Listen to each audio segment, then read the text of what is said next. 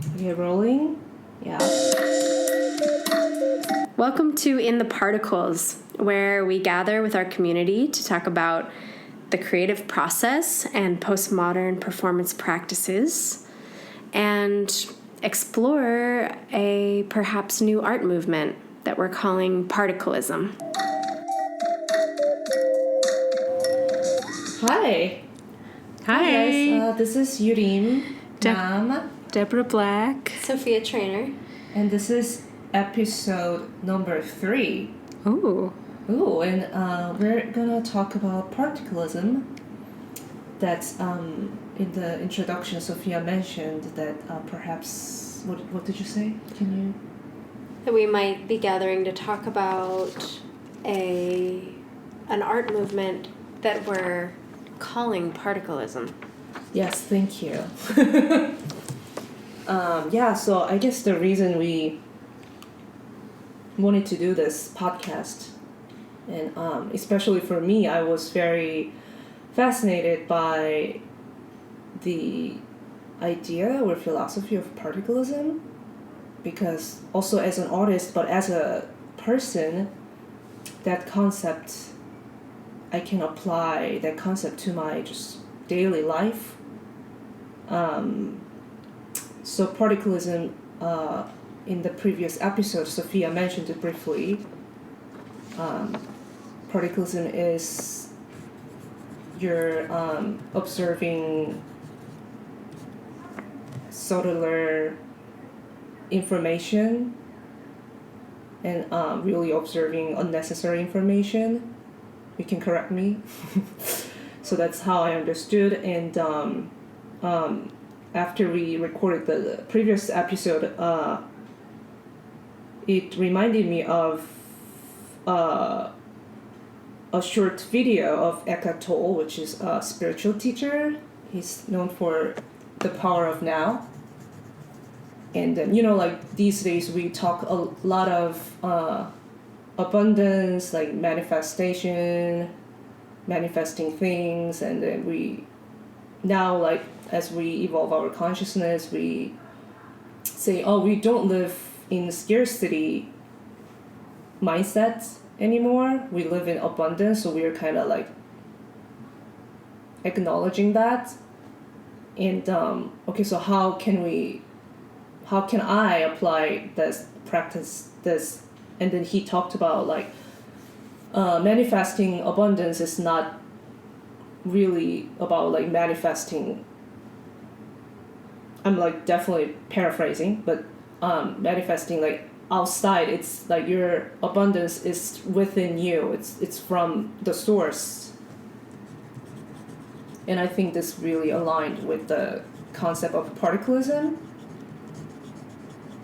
because a lot of philosophers and spiritual teachers say we have everything what we need right now at this moment.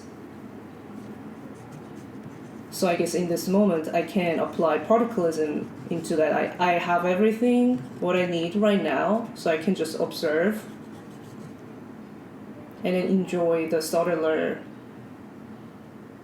information, or I don't know what would be the right word. I think it's interesting to try to find all of the words for it. Yeah, it's more about like intuitions. Like I can't really articulate. Mm-hmm. If you really connect to the source and observe the subtler things, like particles. Yeah. Yes, particles. So maybe subtler aspects of your experience. Yes. The subtler nuance. Mm-hmm. The use of difference. Yeah, the things that you maybe aren't noticing if you're not turning your awareness towards observation. Yes. So that's why I really wanted to share this perspective with everyone, because I think this can really elevate your life quality. So and I think it'd be so great if we put the link of that Eckhart Tolle video in the chat. Yeah.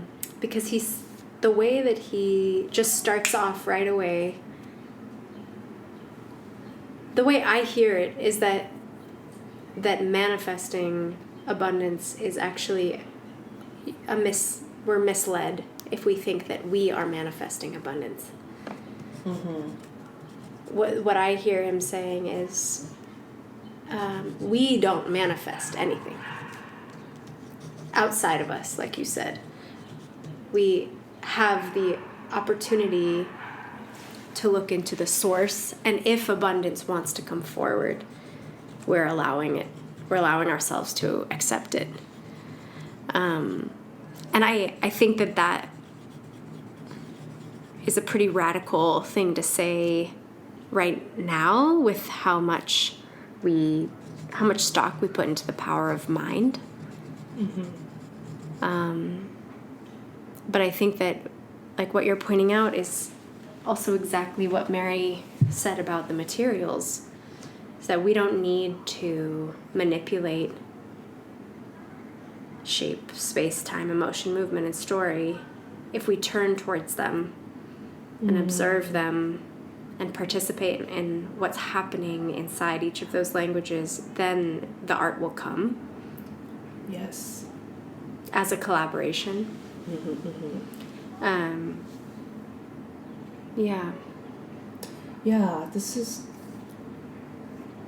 is really radical for me because I was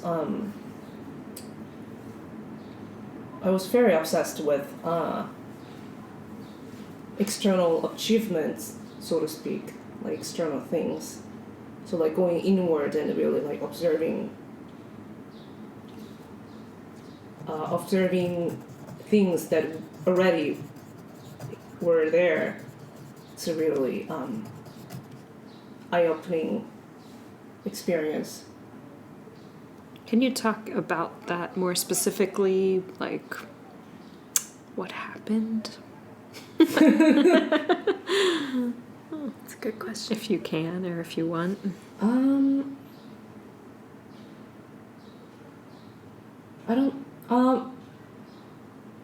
I guess right now, like in my mind, I was obsessed with the external materials because I thought that those would be the one who give me high or like happiness. So I was looking for those things. I was chasing things that would give me that high or whatever. But actually if you change the perspective, if you like apply this particlism, actually I don't have to chase because it's already here. So those are kind of like just naturally come to me effortlessly. So there are no competitions. I don't know if that makes sense. Yeah, and I think the effort is not in the chase, but the effort transforms into being receptivity. Like, can I receive what's happening? Can I observe it? Can I tolerate what I'm observing? Can I accept it and be with it and play with it? Yeah. Can I receive it rather than like chasing and where is it? I have to produce more and more. And when we're chasing something, I think usually we have an idea in our mind of the thing that we're chasing. So we have blinders on for everything else. We're just going after the one thing that we think is going to create happiness or going to give us inspiration or success. And if we focus on receptivity, those blinders can come off and we can experience what might provide those things for us. Yeah. So, like, that's like shifting from, as Mary would say, the creator, originator, seeker to the observer participant. Yeah, and then so in terms of my creative process, it really changed my creative process in a good way because I can allow myself to receive rather than getting anxious about, oh, I have to get this, to do this. I have to chase this, to do this. But if I practice this philosophy, or particlism, so to speak, I have more materials. I don't have to look for it. It's already here. So that's the abundance. Mm-hmm. Can you talk about maybe a piece that came out of that? Of yours? I think I can say my first experimental play called A Connected Place. Yeah, because that process was, I didn't even plan to write it as a full-length play, but it just happened. So I think that was the first magic that I experienced. If I allow myself to receive and allow myself to go to the unknown. And I think all the experimenting you guys talked about in the previous episode, is the experimental. In other words, is you're going to the unknown. That's the experiment. You don't know what's going to happen. So I think when you really fully embrace that, then the magic is going to come to you. Yeah, so that was really, that was very magical, just writing that play. And what was your process like? I was just... what happened? How did it come? It started as a free writing. I was in this anxious mode all the time, and I had to get it out, and then okay, let's just see what happens, and then just allowed myself to let the words out, and then it was almost like dialogues in my head. So I'm just gonna let them out, and then it just was getting longer and longer, and I started having fun, and then it was just became a full-length play, and then afterwards, Sophia directed the play as a staged reading. So luckily I got this city grant in 2021, so I produced it as a staged reading, and then also she's a postmodernist, so just combining that was I was an audience member on Zoom, I think, for that play, and it was great, and I really have to say that play changed something about me. Whoa. What? Talk about powerful. I believe that the play was about somebody who is either celebrating or throwing themselves more like a pity party. I can't remember which, but it's something about ice cream, right? Yes. Yes. And that this person buys ice cream thinking it's going to make them feel better or celebrate something, but it makes them feel worse. And so there's this big question of, why do I do this to myself?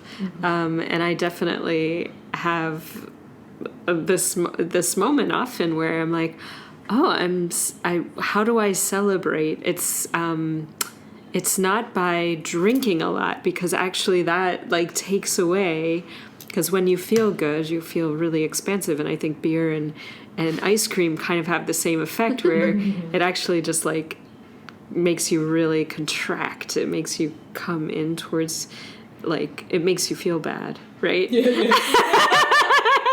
And so I actually now only drink or eat ice cream when I feel bad, just as a way to and I think yours was about celebrating, right?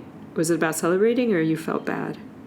I mean, yeah, celebrating, yeah. Yeah, so it was about celebrating, and it was, I kind of have, on days when I feel really crappy, sometimes I'm like, I'm going to throw myself a pity party, and that's when I get ice cream and beer, instead of the moments when I feel really good, thinking that, the reward is ice cream and beer. Wow.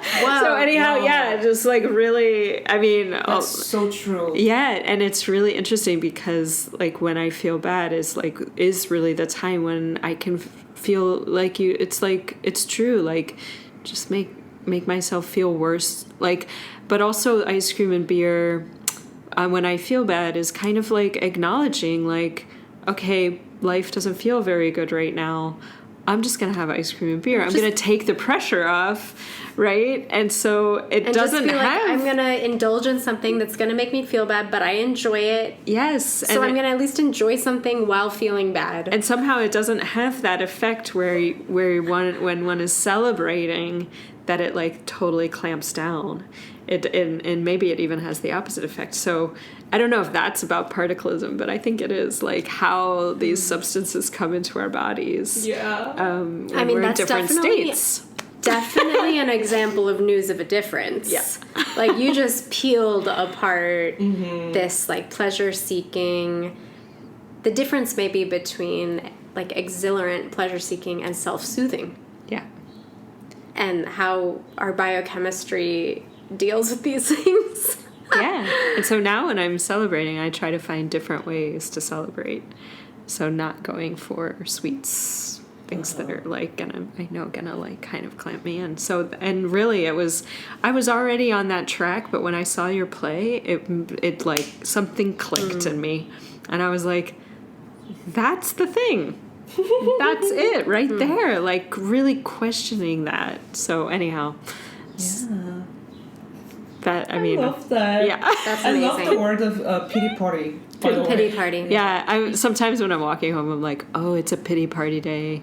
I need to throw myself a pity party. Like, everything's going badly. Okay, let's, like, just get the rocky road and a IPA and go home. Yeah. And I, like, when I think about a connected place, I think about a writer who's really vacillating between these two states, between feeling so sorry for herself because she has writer's block and isn't, so she thinks she has writer's block, but maybe her relationship to her writing is off because she's trying to create like external rewards for herself. Exactly. Yes. But she finds the part of herself that is rejecting that, and then like she keeps going between pity party, exhilarant celebration of finding authenticity and her own voice and her own relationship with writing, and then like, oh fuck, how do I live in this world? I'm terrible, I can't do anything, I need ice cream. Like, oh my god, I'm having ice cream and it's a party. It's like the way that these things live maybe so close to each other when we're trying to work into the edges of the known. Yeah. What's Eckhart Tolle's most famous book called? The Power of Now. Yeah, so I just want to insert into this that as I'm doing research on postmodernism, like a little bit on the philosophy and then thinking about Mary's practice, and I'm also looking at a phenomenon of postmodernism in education that really got big in like the 80s and 90s and also influenced Mary through an article by Suzanne Rice and Nicholas Berbelis. But that one of the big noticeable changes from modernism to postmodernism is how we orient ourselves to time. And so it's really interesting that this is coming up because postmodernism, instead of modernism's emblem is progress, right? And progress requires that you have that goal in the future, right, and that you put your blinders on and you get there. And you can see that in every single business. I mean, that is how business plans are made. And so in postmodernism, and it's really interesting, this vision, this blinders, right? If you put your hands up right now, everyone that's listening, and right next to your eyes, just like those like horses wear these little things so they don't get scared or distracted by birds. Sad but true. And then you take them off, and the horizontal comes back, right? The full horizontal, the 3-dimensional horizontal. Yes, there's a kind of horizontal in front of you, but the full horizontal comes. And so in postmodernism, we take the blinders of progress off, which is future oriented. So you can't be in the power of now, as Eckhart Tolle says. Mm-hmm. And you decide that you're going to be in this moment. And postmodernism also has a relationship to past, right? So not being forgetful, and looking back at what's happened and also reflecting on that. So in a lot of postmodern, or especially early postmodern art, there was a kind of self-reflectiveness of like what's happened in the past. I'm gonna make, or past, depending on what culture you're from, it's either in front of you or behind you. I'm going to be in relationship to that. I'm not going to forget it so that I can get to that place in the future, whichever way. The sorry, I keep doing this, but the First Nations people actually think of the future being behind them, because you can't see it. So it makes more sense, right? And I think in Western culture, walking backwards, right? Yeah. And that as you're walking backwards, more of the future becomes the present as it passes through your peripheral, and then as it is in front of you, it's the past. Exactly. Yeah. So that's the spatial relationship of time for First Nations culture, whereas I think in European dominant way of working, most people see the future ahead of you. Your future is very bright, and you have a bright future ahead of it. Keep going forward, right? And the past then becomes completely forgotten because you can't see it. Okay, Deborah, since you're talking about the future, can you please talk to us about futurism? Future studies. And future studies. And I don't know what futurism is. Oh, sorry. Future studies. And different types of futures. Yeah. So just want to shout out to Isabelle Vuong, who I learned this from. She lives in Berlin. She's from Switzerland originally. And she's a future studies scholar. And I had something written on my website when I met her about coming into. What was the alarm? Sorry, I had an alarm set for 20 minutes and we just got there. So. And I'm just gonna shut the window because there's a playing baby. Yep, we're having a present moment where things are happening in the space that you can't see. I'm climbing on the couch. Yep. There's a kid outside who's making noise, and you might have to flip the ones in the middle out so that you can lock the window up. And it's raining. It kind of slips down the window. Yeah. It's raining. It just started really raining. All right. It's raining. And we're just in the present moment. And now we'll take our attention back to the future. So the big thing that I learned from Isabelle, which is pretty profound, is, she was in a master's program called Future Studies. And the big conundrum is, how do you study the future? It doesn't exist. Yeah. What is there to study? How do you do this? But it's really the study of how human beings think about the future, which is huge. I mean, every day, right? We think about the future. I think probably every day we think about the future. What's going to happen later today? What's going to happen tomorrow? What's going to happen in a year? What's going to happen in 3 years? What's going to happen in 8 years? Whatever. A future is very much a part of how we live our lives. And it shapes our lives incredibly. And we also have what I learned from Isabelle. This is all Isabelle. But there are narratives that we've inherited that are also constantly shaping the future for us. And there are points in space, in the time space, that our government's pointing to, our families are pointing to, right? Future is What do you mean by the points? Oh, I mean, like, we're going toward, like, progress is one. Like, we're going towards, right, a conservative government is pointing to a different idea of progress than a liberal government, right? Okay. And so we're often in this space of worrying about the future.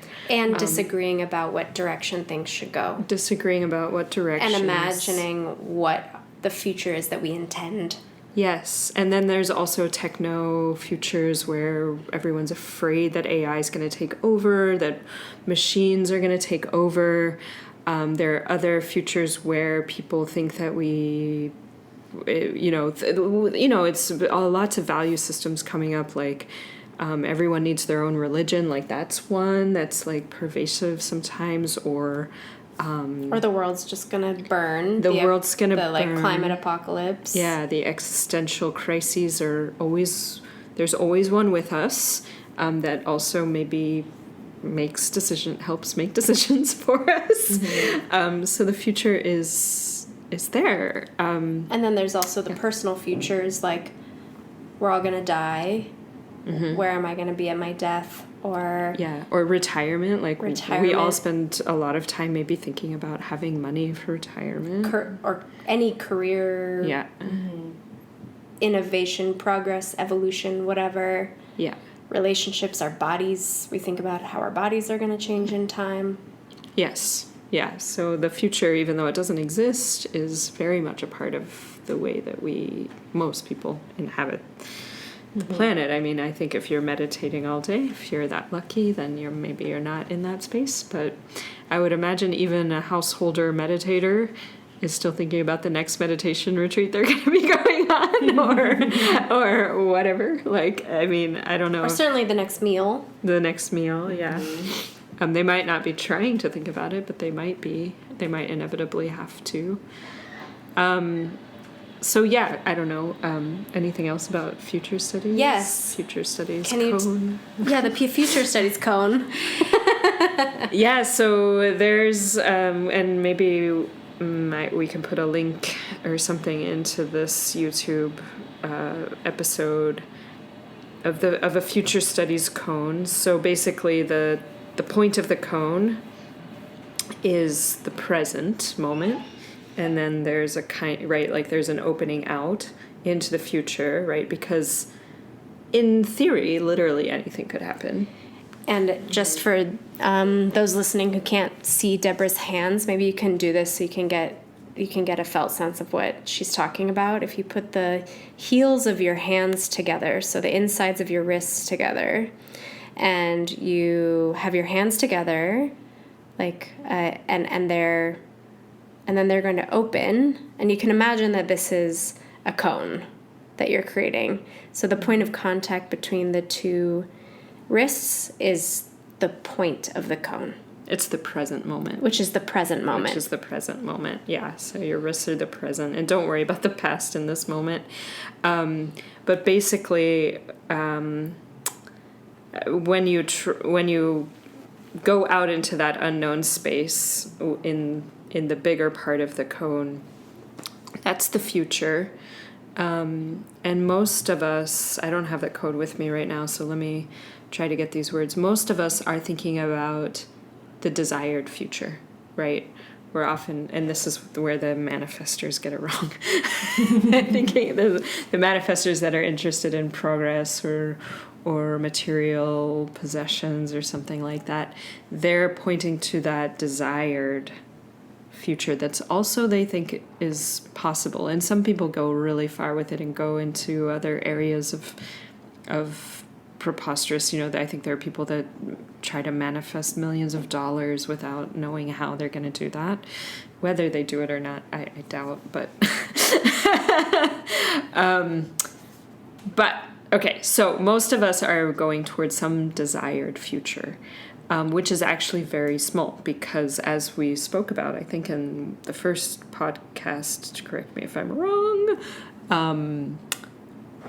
with imagination, there's only so much we can imagine, right? We are imagining narratives that have been given to us, futures, like I said, that we believe are going to happen. Like if you are obsessed with AI, you probably believe that AI is going to take over or take our jobs, blah, blah, blah. like destroy society, maybe, or that's one narrative that's part of AI. Maybe you think it's going to be helpful, maybe you don't. But if that's what you're thinking about and how you're maybe making decisions, you're going to go to a desired future in that includes that narrative.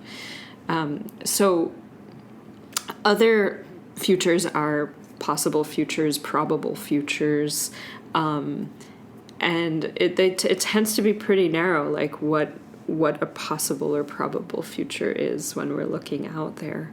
And then the sort of the outer space part of it is labeled in some future studies cone as preposterous. So if you go back to where your hands are, with the heels of your hands touching, and you travel across the palms of both hands with your awareness into the fingertips, and you notice where your fingertips are, and then the space that's beyond your fingertips and growing wider and wider. Is that what you mean by the outer spaces? Yes. That's exactly. where the preposterous futures lie. Yeah, the preposterous, unthought about, like, how can we even imagine a future where we don't even know, because we don't have those narratives yet. But the idea, I think, that the viewpoints give us, and maybe Eckhart Tolle too, is that if you are really, really involved in the present moment, then the preposterous could come. Ideas of something in the unknown might That's so come fun. to you. Right? Yeah. So much more fun. And you literally, it's like being open to something then has like a real meaning. Like if you open your hands into that cone, you're open to those preposterous futures, but you can only be open to them if you're really interested in the present. Yeah. And for me, I mean, I think about this in my life sometimes. I mean, I think I'm very pragmatic. I don't know that I'm pointing very far away from anything kind of probable, like in terms of my own personal life. But when I'm making art, I want the preposterous. I really want it. So I'm not somebody, please don't come to me and be like, I want you to help me change my life. You might want this, and you might want to, maybe that's where I think Mary's that's what Mary meant by her idea. being an experimental conservative. Yeah. Is that I think very sorry to interrupt you, but Yeah. you just totally brought that home. It's like she wanted to experiment deeply in her work and wanted a life that had stability. Exactly. Okay. Please keep going. And I think, like, for instance, to bring it to a different postmodernist, one of the Judson Church folks that I've had the pleasure of working with, Deborah Hay, when I met her for the third time, I worked with her in 2006, 7, and 8, I was radically changed by her practice, and it is a practice of presence, and particlism. She's working with the cellular body and trying to perceive all 300 billion trillion cells in her body moving. And I went to Deborah and I said, this has changed me outside of the studio. And she was very confused, to be honest. She's like, no, this is a studio practice. That's it. And I sort of only believe her. And I sort of only believe what I just said as well, in a lot of ways. Because even to be an artist, you're in a preposterous future in this country. So even though I'm pragmatic, I think, about it, I think that all of us have reached preposterousness. There are a lot of people, like, in a very small radius of where we are right now, who would be totally shocked of what we're doing with our lives, because it's so far away from anything that they've ever imagined. So in a certain way, we're already in the preposterous, and I feel like I'm sort of pragmatic within that. That's nice. And I feel like that's where Deborah Hay was too. I'm like, there's no way that you can spend all this time in your cellular body and not feel like it's affected your life at all. And if Deborah, if for some reason you're listening to this, I'm sorry, because maybe you really aren't, and I don't mean to redesign your story for you, but I have a theory that it's true. Do you?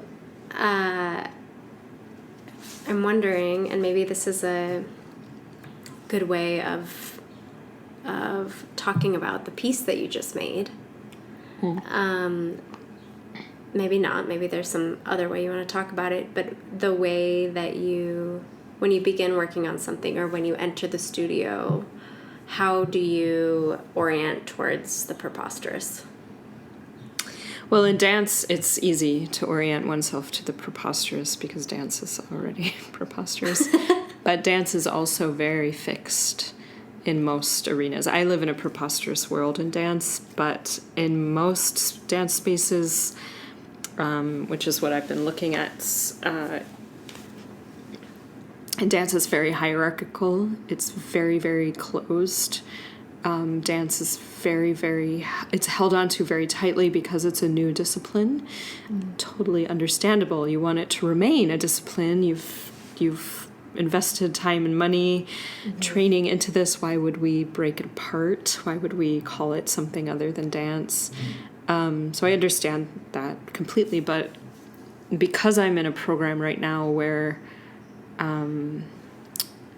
hierarchies are being interrogated, hierarchical education is really brought into what I'm working on, like through bell hooks, Paolo Freire, John Dewey. I mean, this is going back now almost 100 years, and yet, dance tends to still just be a hierarchical space, very teacher-centered or choreographer-centered space. So I go into the room without that.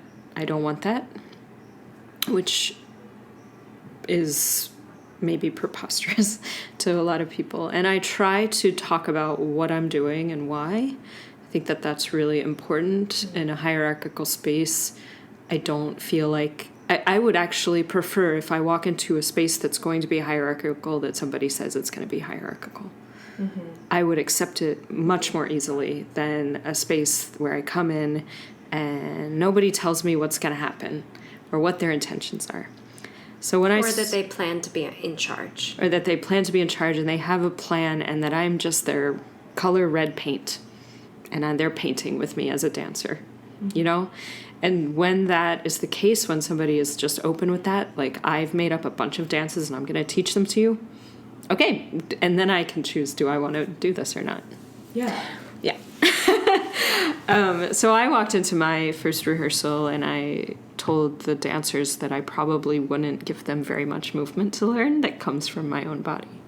So I started with that, which is a preposterous start for making a dance because most people expect that the choreographer, this person named the choreographer, is going to make up the movement and teach it to them. So the first rehearsal, I taught them a William Forsythe. What are those called? Do you know? Technology, space technology? He has a name for it, sorry. William Forsythe is an American choreographer who's mostly worked in Germany, the Frankfurt Ballet. But he's deconstructed ballet, and he's made up these incredible sort of space technology dances. So I started with that because I thought it would be a good bridge for somebody who thought maybe I was going to give them movement. I give them at least a small container to work within, so I had them make up solos within this kind of form. Those solos did not make it into the dance. I fully knew they wouldn't. I just wanted to meet the dancers and kind of share how I was hoping to work with them in a really controlled environment, actually, where it wasn't like just make something up. And I knew I wanted to get there, but I wanted to make sure they felt safe first, because dancers expect hierarchy. So in a way, I have to work in a very different way than I would work with actors who maybe still expect a lot of hierarchy, but in a very different way, where they have maybe a script and they know that they're going to be working on a character and that there's a lot of individual work and there's a lot of like things with their body and their voice that they have to figure out on their own. Dancers, for the most part, you train. You come into the room and you're told exactly what to do. So I gave them this sort of entry point, and it was great. You know, they did it. It was beautiful. We never returned to that. It didn't make it into the dance, but I wanted to set up the space for them, and I think that was really successful. And then I had sort of pictured a couple of events that I thought maybe wanted to happen on stage, just like they had come to me in my mind. I was like, thought about the stage. And I think that's important that it came from thinking about the stage. Yeah. Like when we were speaking after the performance, that was an important player in this, is you knew where this was going to be seen. Yeah. And it's a very particular space, as every space is. Yeah, and I almost didn't make the piece because I don't like the theater. It's a proscenium. It's a raised up stage. I don't like the distance. I don't like the separation, really. And I was like, I don't know if I want to do this. And then I thought, well, let me just take it as a challenge to make a dance in this space. So cool. So yeah, I had some images. I don't know that any of those original images even made it in, but I definitely had them in my mind as a starting place. And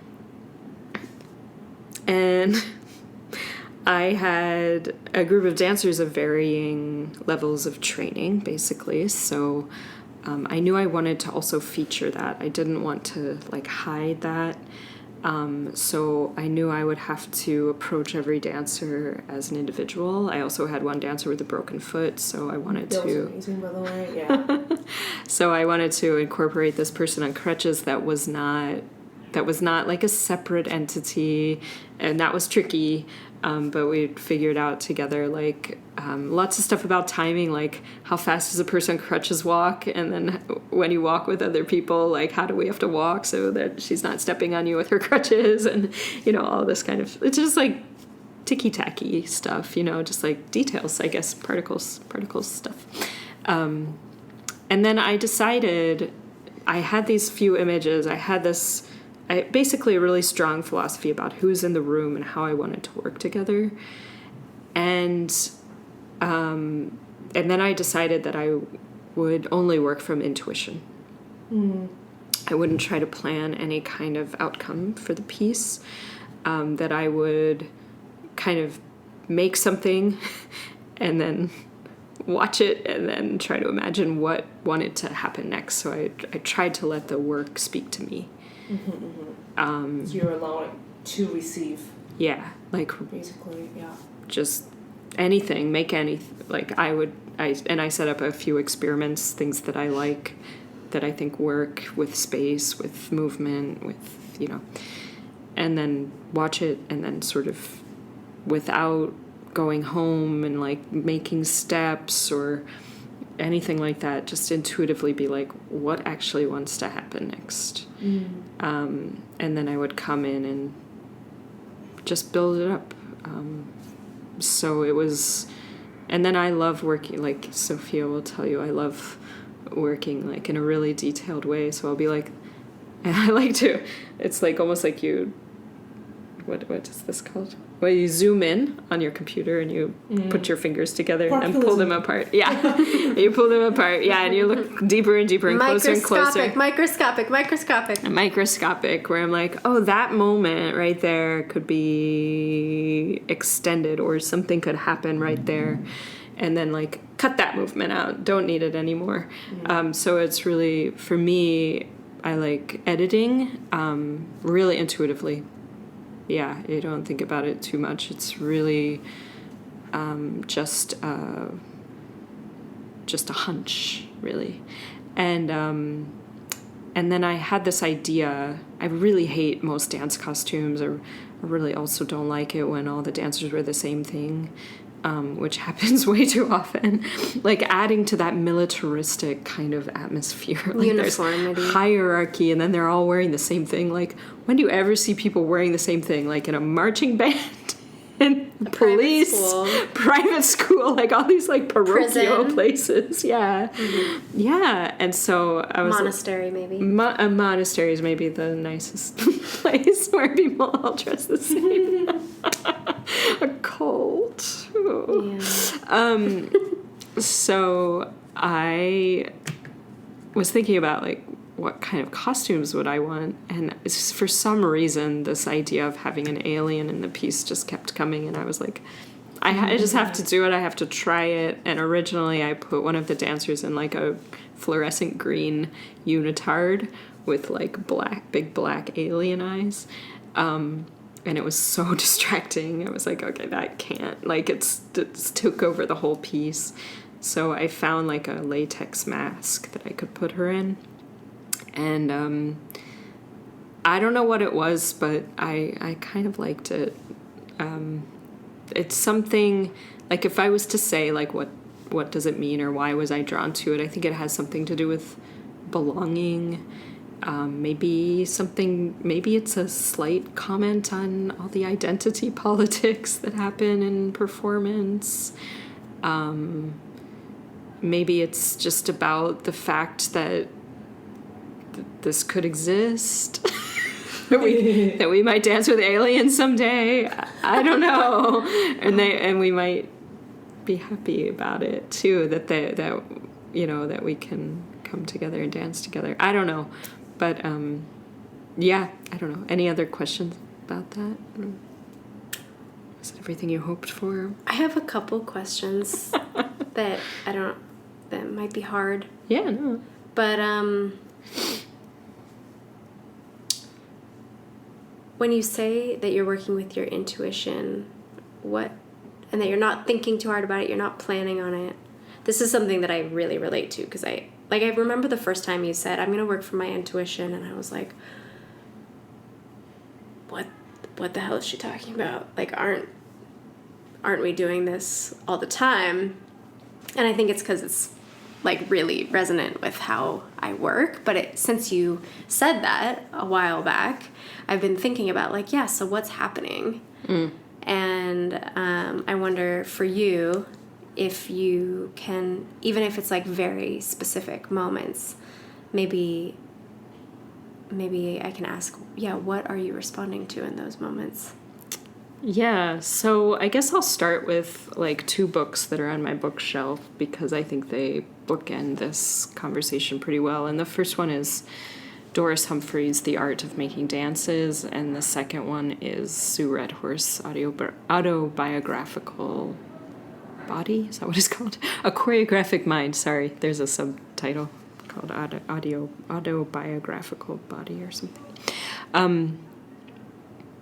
So Doris Humphrey's book is a kind of a how-to manual, how to make a dance. And she gives you rules, and she gives you things you should do and shouldn't do. I mean, it's very prescriptive. And Doris Humphrey was like, obviously like one of the, what's called a American modern dance pioneer. And she was also José Limon's mentor, and he was a Mexican-American choreographer who made also like story ballets, modern dance.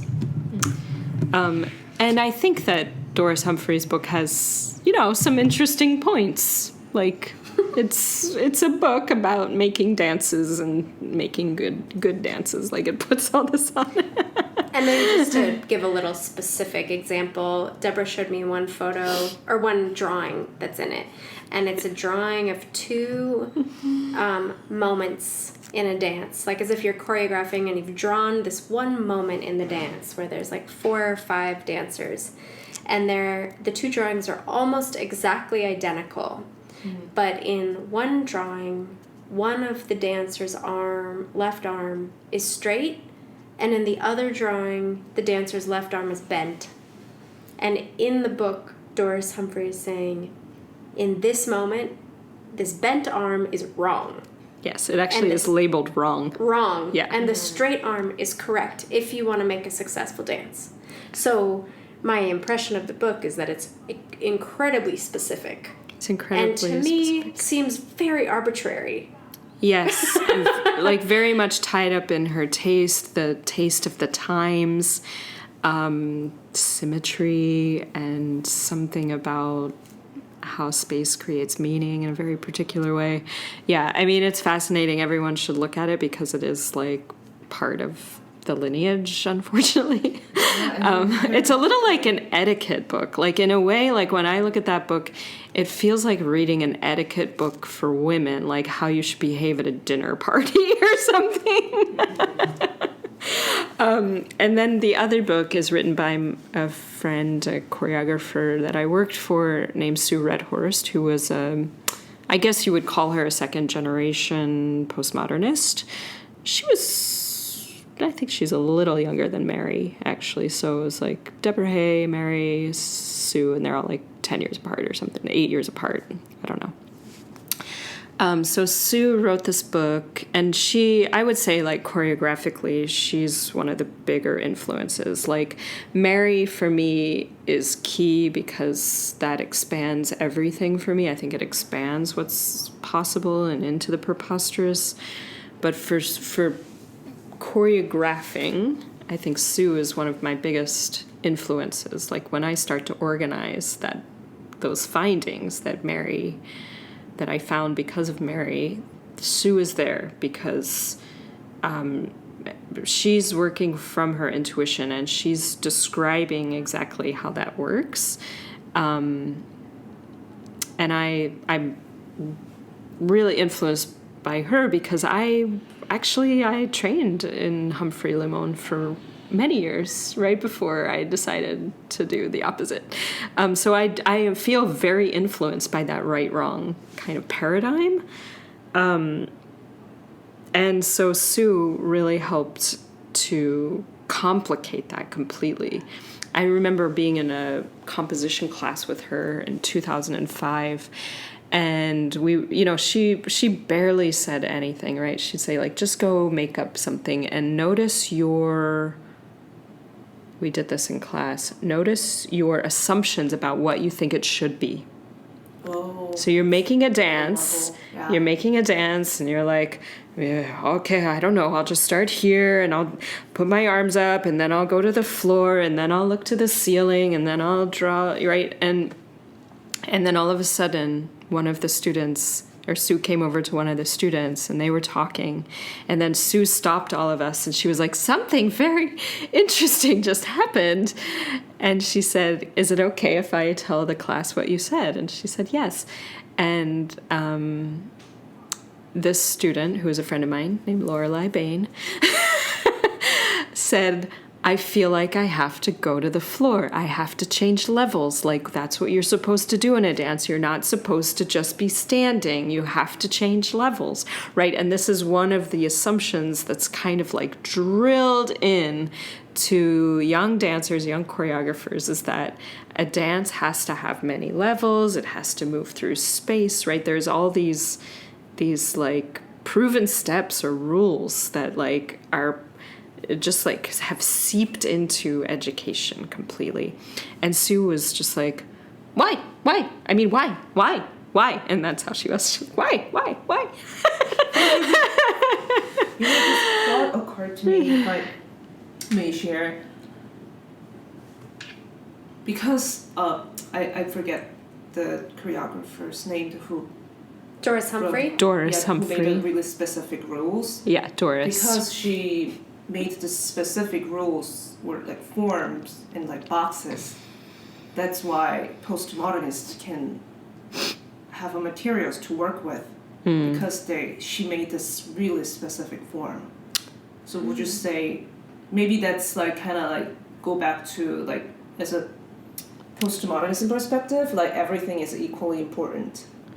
Well, yeah, I would say everything is equally important. And of course, the postmodernists were really reflexive. They were thinking about those dances that had come before and were commenting on them a lot of times or making things that really weren't that, and that still is commenting on them.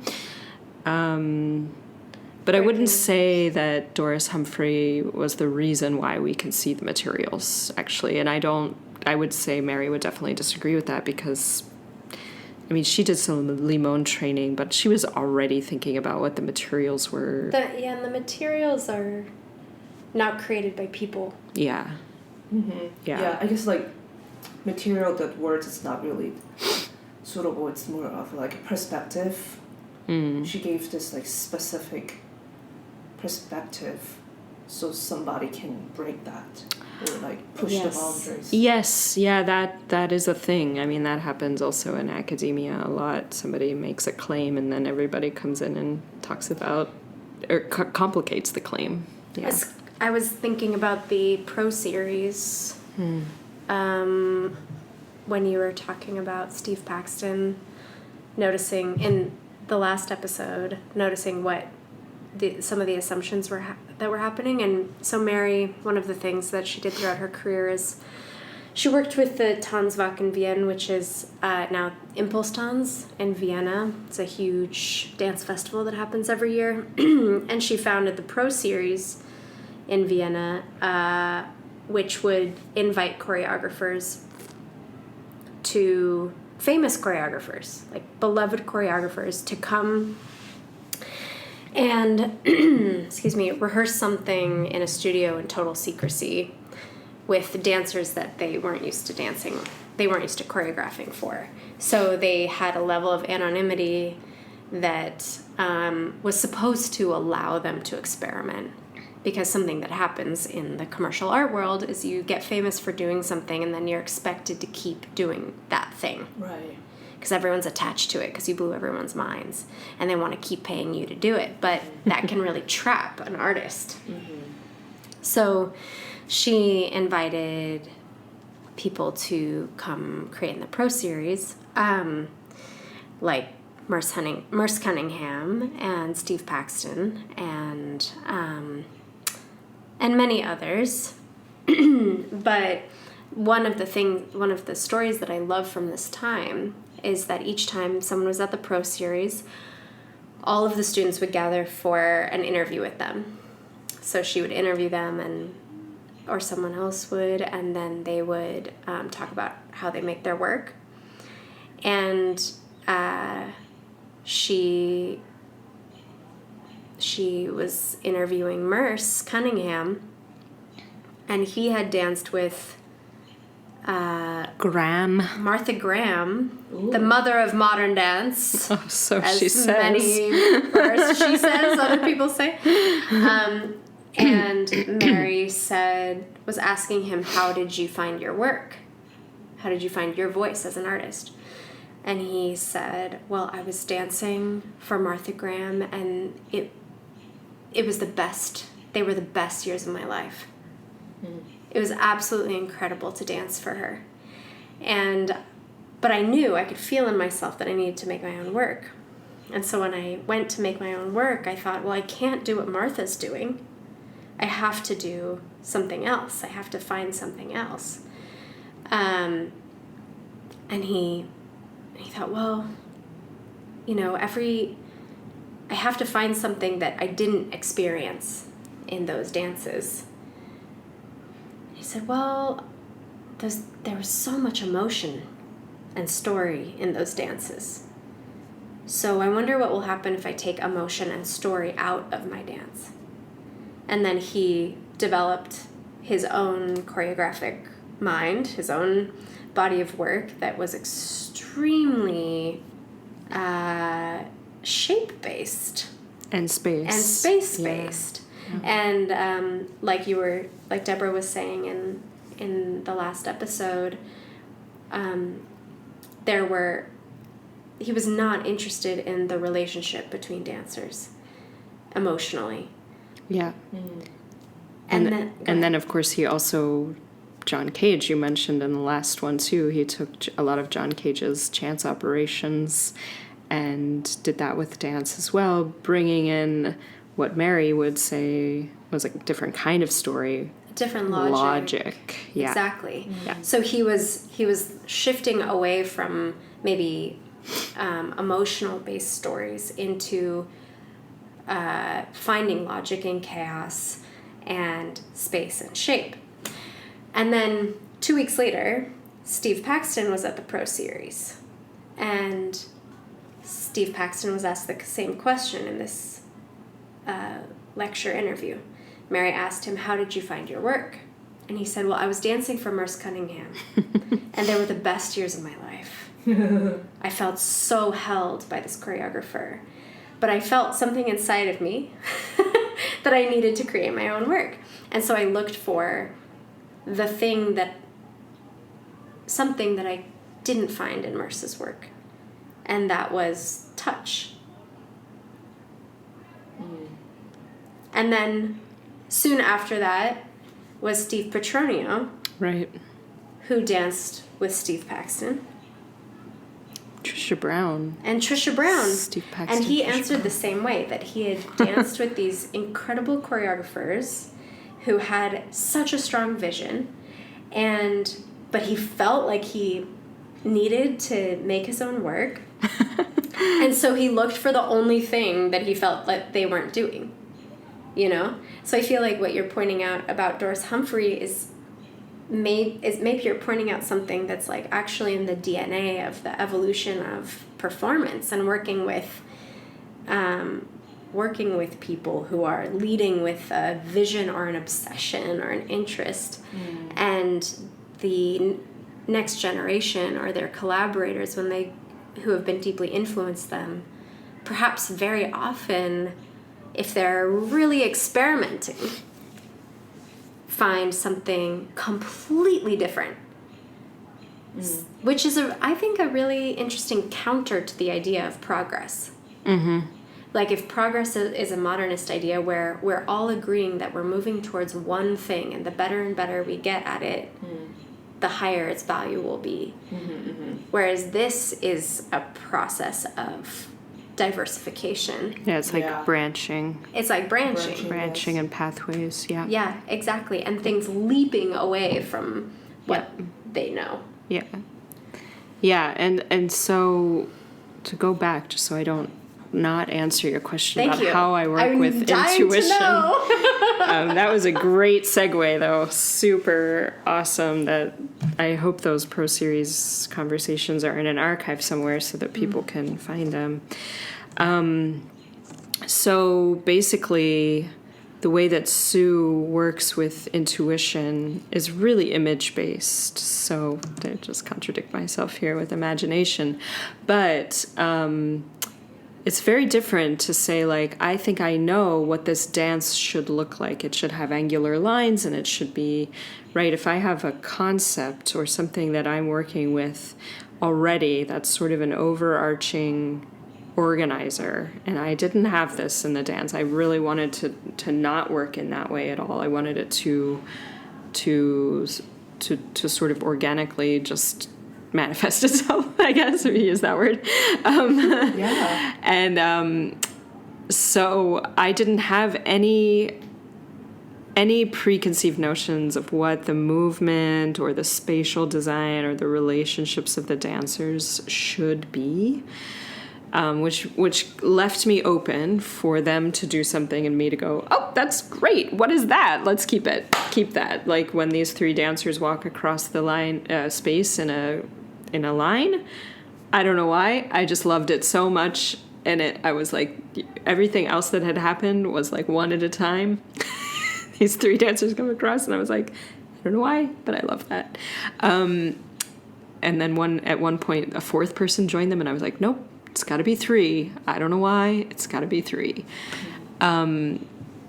So the way that Sue works with intuition is that, two things. One is that, and Deborah Hay also influenced me in this way as well. It's like, just make a move. Just get moving. You don't have to think about it. The body is going to move if you say, like, hey, move, do a move. Something's going to happen. And if nothing happened, like, I just did this. Okay, let's say I just slapped my knee. That's the start of the dance. That's the first moment. Okay, there's information in that. Okay, I'll do it again. And then I'm going to picture what I think should come next. Right, second move, I just point at Sophia. So now I have a slap on the knee, I have a point to Sophia. Okay, now I can go back and I can picture that in my mind, slap, point, and then I'm gonna do. I just saw it in my mind. What happens next? Da da da da da. Right. So I have da da da da. Elbows up. Elbows up. Little dancey elbows. Right. So, what Sue was saying, that the body has something to say. It wants to say something, or say something is maybe the wrong language, but it has something to do, and you don't have to control it as much. That the body, like, It's here. It's already here. It's already moving, and then by tuning in to, like, okay, this movement has information, and then something else can arise. Okay, that's how she would build phrases. Whereas another choreographer might take known movements like pirouettes and piqués and for Graham, like contractions and spirals and things like that, and put them together like almost like the German language, like you just keep putting words together, make really long words. That's how a lot of dances are made, with known words being put together. Whereas Sue was reaching beyond that. She said, like, she had almost no training, like traditional training. She did not care that anything looked, Deborah Hay and Sue both did not care if anything was recognizable on stage as already being a dance move. And then the other, I guess that covers the intuition, but as a choreographer, so I made up a little bit of movement that way because I just wanted to give the dancers the feeling like I was there with them making movement sometimes. The other thing I would do is watch what was happening, and they would always laugh at me, but I'd close my eyes and be like, hold on a second, hold my finger up, hold on a second. It's coming. And then I'd be like, okay, you move there, you move there, you move there. Right? And so not only can you do that intuitive imagine, sort of building up of something, but you can do it within the body. You can also do it visually from the outside.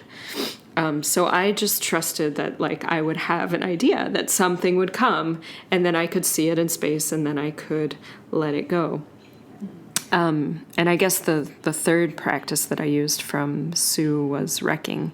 So I had each of the dancers make up a phrase of movement. It's not the traditional wrecking. Sue would actually she would make a dance, and then she'd have another choreographer come in. She'd leave the room, and she'd say to that choreographer, you can wreck it however you want. Like, just mess it up. Whatever you want to change it. Because the dancers, this is the beauty. It's not a canvas. You're not actually painting over anything. The dancers can remember the first dance, and they can remember, the dancers are very smart. Remember the first dance, remember the second dance, right? So you haven't actually wrecked it. You've just made two dances.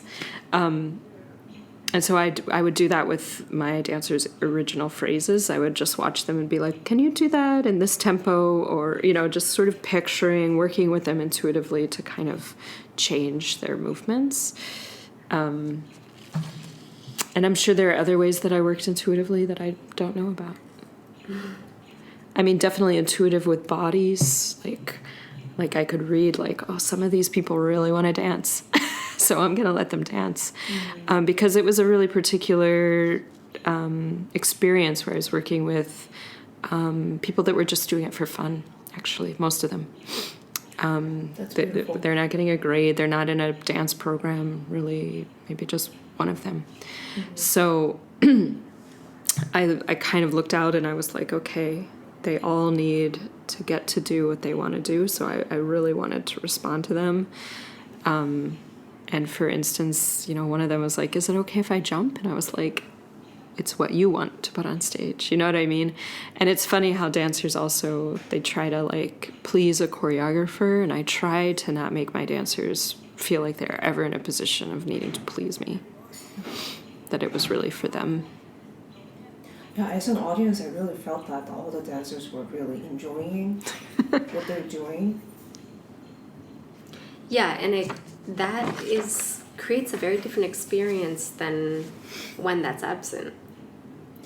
Yeah, exactly. I kind of realized something maybe when I watched your piece, which is postmodernism performance. It really encouraged me to branch as you use that word, I love that word, branch, that I feel like I was encouraged to push my boundaries when I create something. Whereas when I watch like modernism performance, like for example like ballet, I'm in awe because their skills are just like, wow, like that encouraged me to go to like a one goal to reach that level. Yeah. So maybe that's why I'm like. Yeah. I think it's David Gordon, I think, who made a Swan Lake. So Swan Lake, very famous ballet with lots of ladies in white tutus. And I believe it was Swan Lake. I'll have to look this up. But instead of having them do...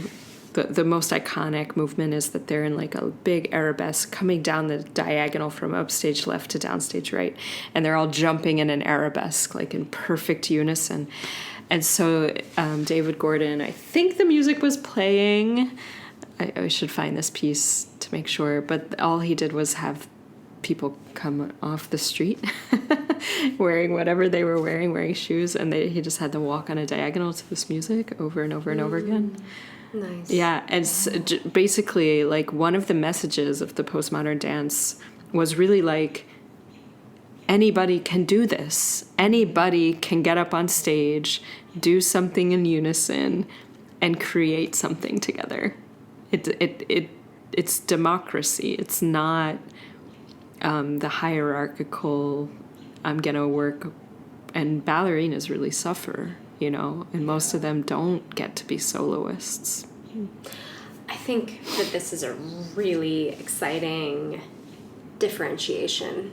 Like what you're talking about of what is provoked in you as an audience member, which I totally relate to. I hadn't put it into those words, but watching this evening of performances where some performances are like extremely virtuosic, highly modernist dancing where dancers are doing things and I couldn't believe what I was watching. And I went into the show for free and I was like, this feels very expensive. Like I am at Lincoln Center and this is a $300 ticket and that these four people, like their toes keep going what would be like 2 feet over my head. Over and over and over and over again on this really fast rhythm. And for me too, the response is like, whoa,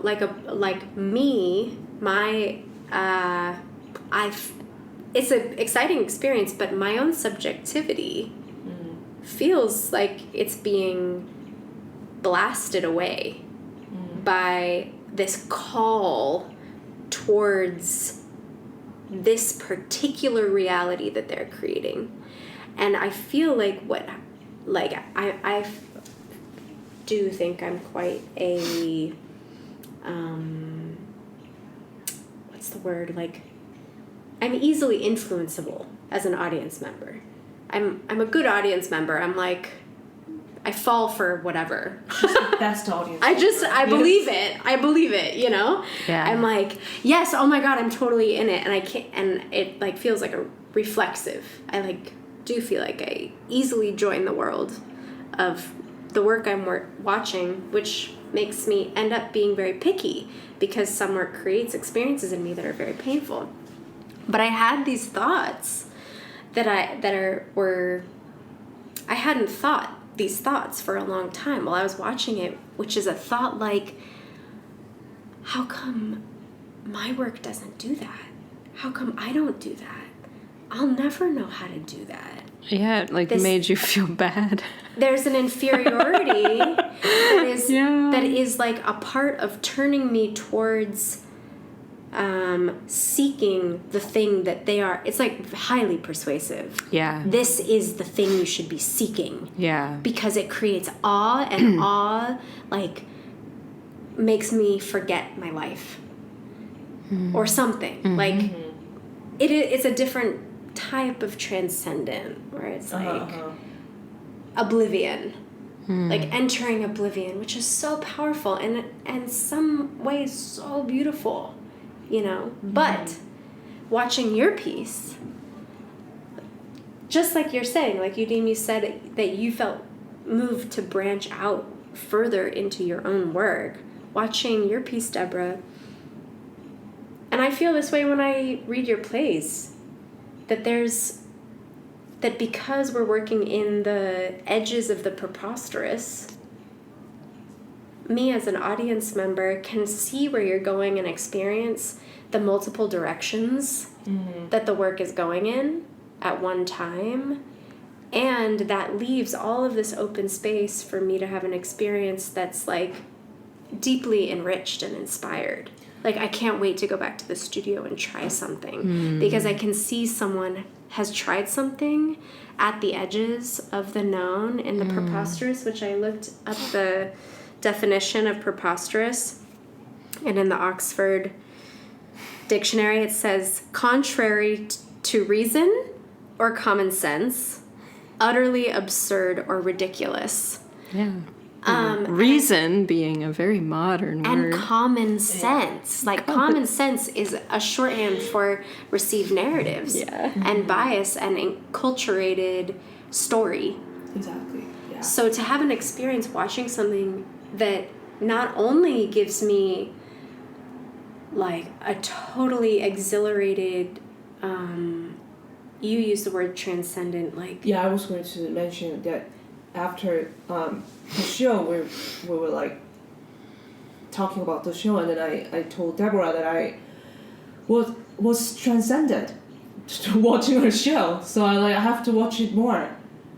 You know, that was the like word language that I had to express watching that show. Like, really like, oh, well, like, I don't know, like sound is a bit, oh, you know. Yeah. I don't know how to articulate this, but... Sorry to interrupt you. Yeah, I mean, it's just my consciousness was being transcended to... I can't help but think about what you just described with the virtuosity, and what you're describing is also the shift from dominant religion into scientific. Interesting. Like, I think that in contemporary life, our religion tends to be actually more scientific. Most secular people like take science very seriously, and it's I don't know what to say about that, but it's interesting that it's both gestures were kind of like arms out, sort of floating situation that you both just did, and yet you had a different experience with yourself inside of it. And I think like what came to my mind as you were just speaking is that the transcendence of this piece that you created, our dance, what's it called? Our dance on the empty stage in your mind. For me, what happened in transcending, or when I feel like I landed inside the piece, I landed inside the experience of where the two inner wrists meet of the present moment. I landed inside that. It wasn't taking me into any other experience other than what was happening right then. And that to me feels like the most possibility. And like a huge wash, like a wash of my brain and my heart and my nervous system. So I'm like, I'm here right now and I have no idea what's going to happen next. Really gave me the taste of embracing the unknown. Yeah. And we've been invited inside of this podcast to talk about why this is important. And I feel like that's one of the reasons why Definitely. Working in this way on stage is important. If we can bring a sense of presence and cleansing, cleansing to the audience, it's different than bringing a message or something that's in alignment with a narrative that people probably already know. I call that Facebook theater, see a lot of Facebook theater in the world where I'm like, I could have just read an article. You did not need to work this hard to give me that message. There are like so many other things you could do on stage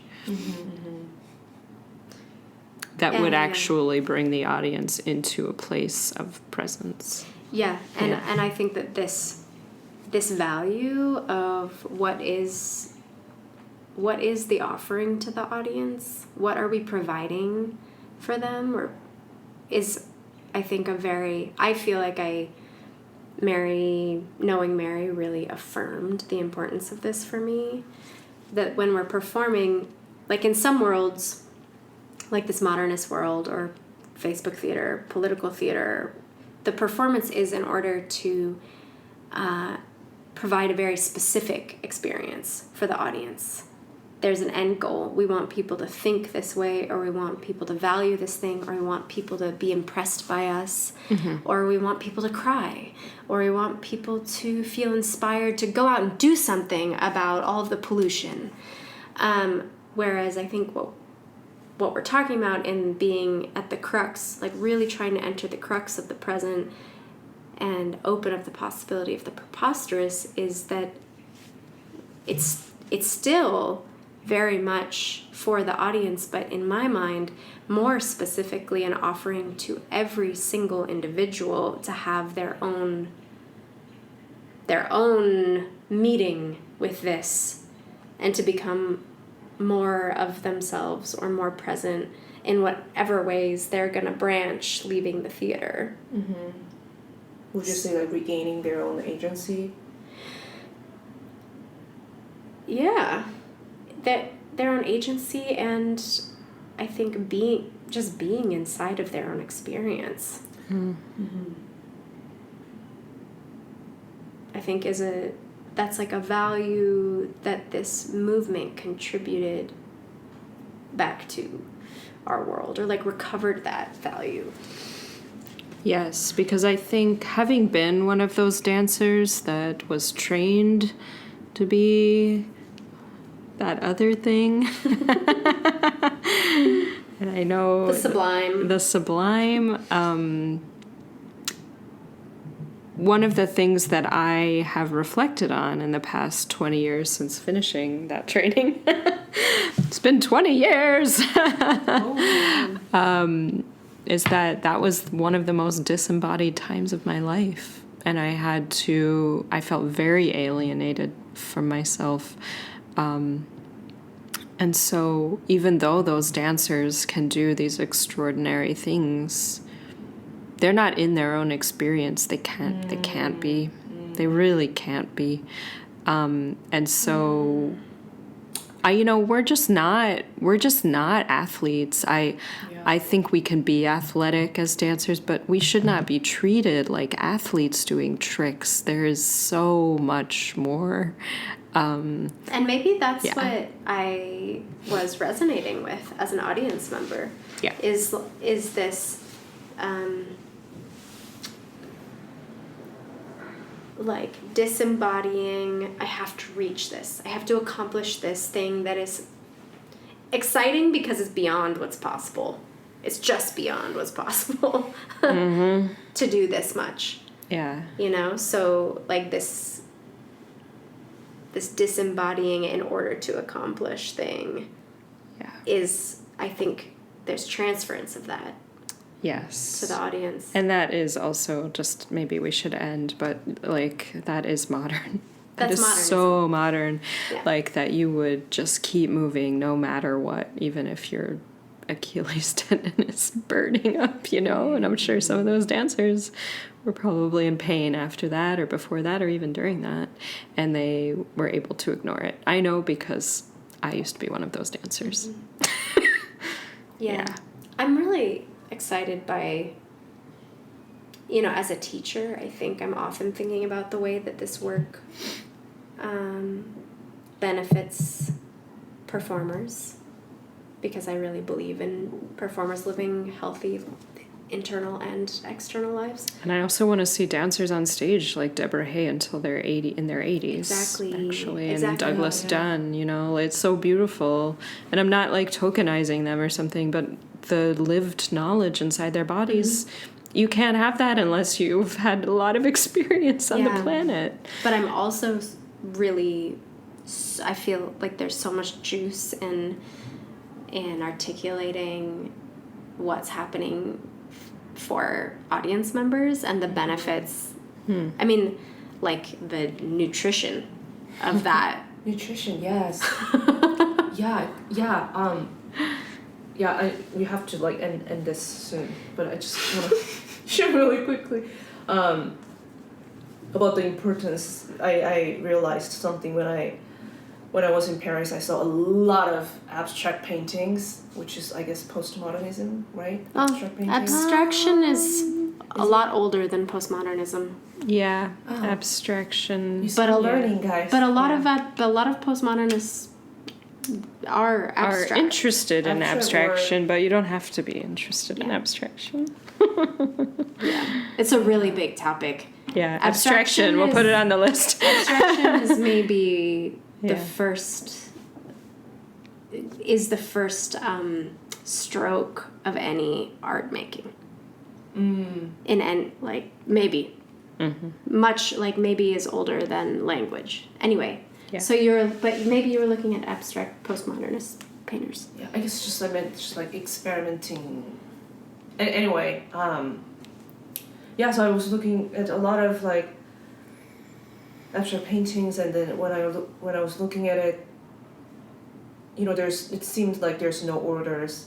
It's like seems chaotic, very chaotic, and then as I more look at it and then really just took my time appreciating the painting and then just letting the painting talk to me, I realized, if I really like take my time and then look at them, there is a like higher order. And then I think the reason why I'm sharing this, it's like that's what I saw in your piece too. It seems chaotic, but if you really